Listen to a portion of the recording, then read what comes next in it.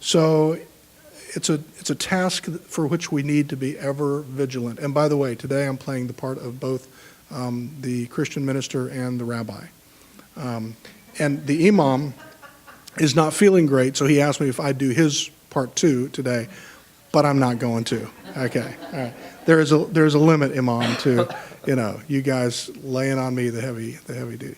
All right, we are very, very long time and good friends. Imam Musri, Rabbi Engel, who could not be here today due to another engagement, and I have been doing this kind of work together in our community here for about more than a dozen years.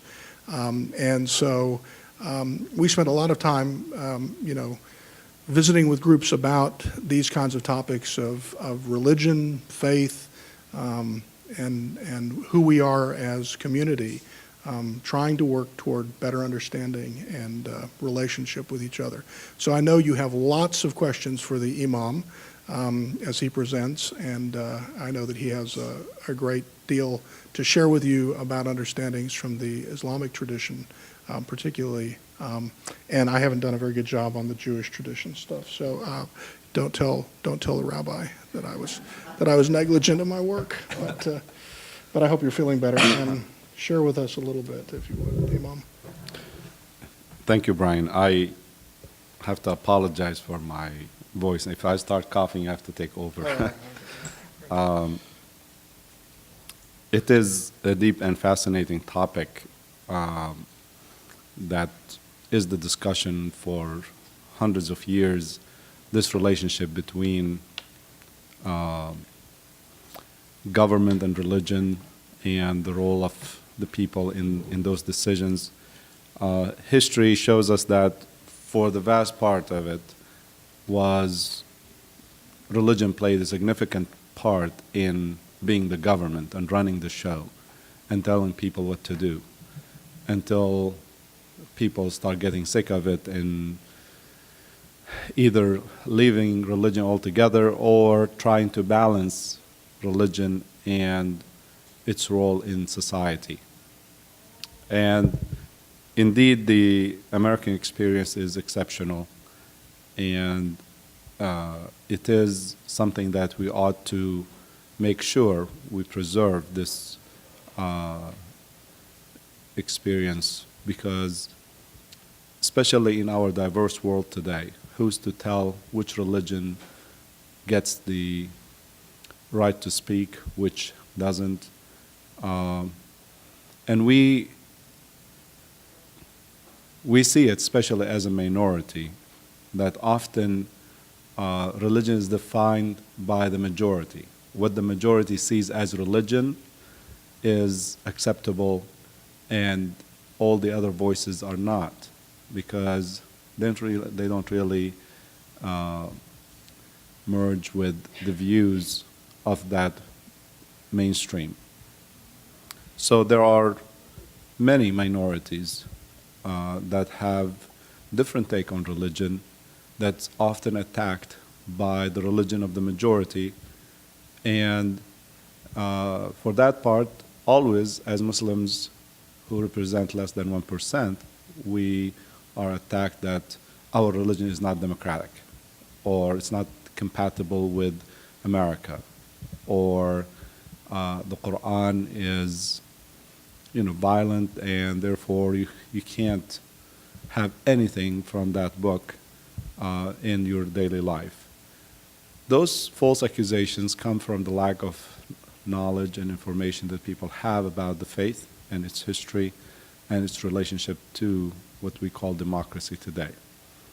So over 1400 years ago, when the Prophet Muhammad came as one of the many prophets that came before him, and brought this revelation that God gave to him that presented certain principles, among which was that all people are equal, regardless of race, color, gender, and or economic status, that there are no differences between blacks and whites, between men and women, between rich and poor.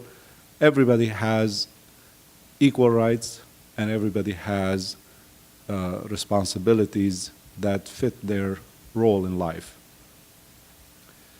Now, the Islamic view, that principle, also calls for man, or not man as the male, but man as the human being, to decide its own affairs. So God gives us principles, wide-ranging, generic principles that are universal, good for all times, all places, such as justice, freedom, equality.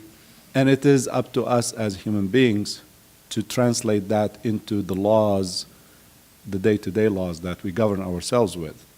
So this law changes constantly, and it changes geographically depending on where you live, to fit the needs of the people.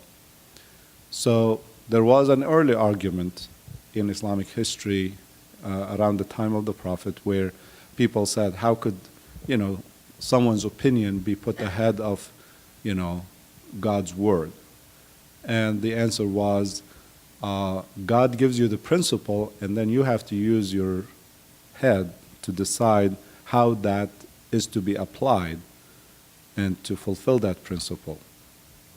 And in that sense, democracy is not totally, as Lincoln defined it, for the people, by the people. It is for the people, but it's not totally by the people. It is governed or guided by universal principles that God has set, which guarantee that regardless of what majority you have, those principles are always true.